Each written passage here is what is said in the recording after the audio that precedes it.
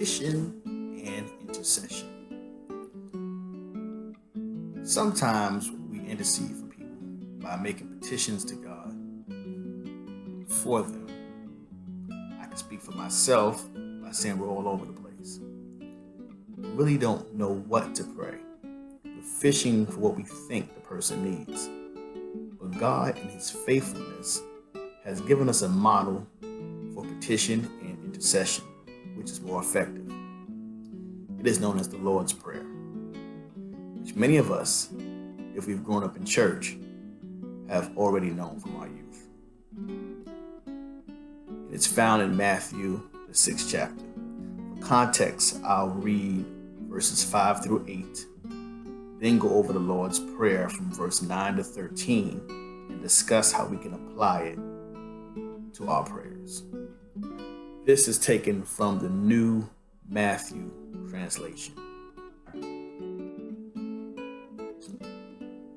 And when you pray, do not be as the hypocrites are, for they love to stand and pray in the synagogues and in the corners of the streets, because they want to be seen by men.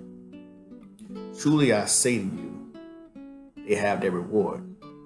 When you pray, enter into your chamber and shut the door, and pray to your Father who is in secret. And your Father who sees in secret will reward you openly. And when you pray, do not use vain repetitions like the heathen do, for they think that they will be heard by their many words.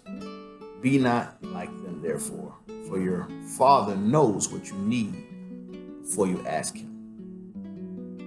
This is coming from Matthew chapter 6, verse 5 through 13.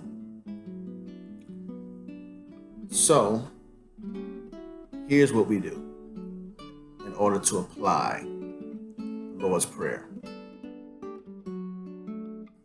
Acknowledge the nature of God. Acknowledge the nature of the God that you are addressing. Connect with God and come into His presence. Praise Him for who He is.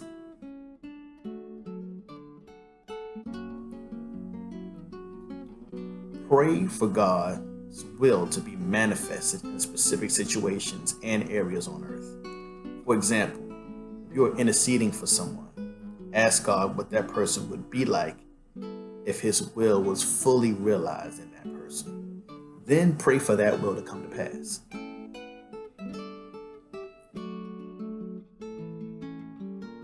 Pray for God to provide necessary material, financial, physical, and social resources, etc., for God's will to be fulfilled. Pray for the material blessings that may be necessary for that person, even spiritual resources or whatever that person needs in order for God's will to be accomplished in their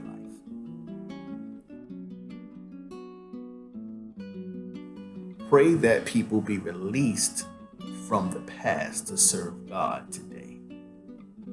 Pray that they will be cut loose from anything in the past that may be holding them back in their minds, so that they can become who God intended them to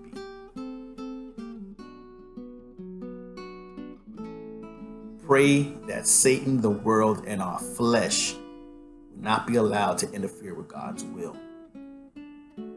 Pray that they will be set free from temptation and oppression to become what God intended. Lastly, acknowledgement of who is the true bringer of change. Give thanks for what God is doing and for what God is going to do in the life of the person that you're praying for. And this is how you can make petition to God and pray for someone using the biblical model. Thank you for listening.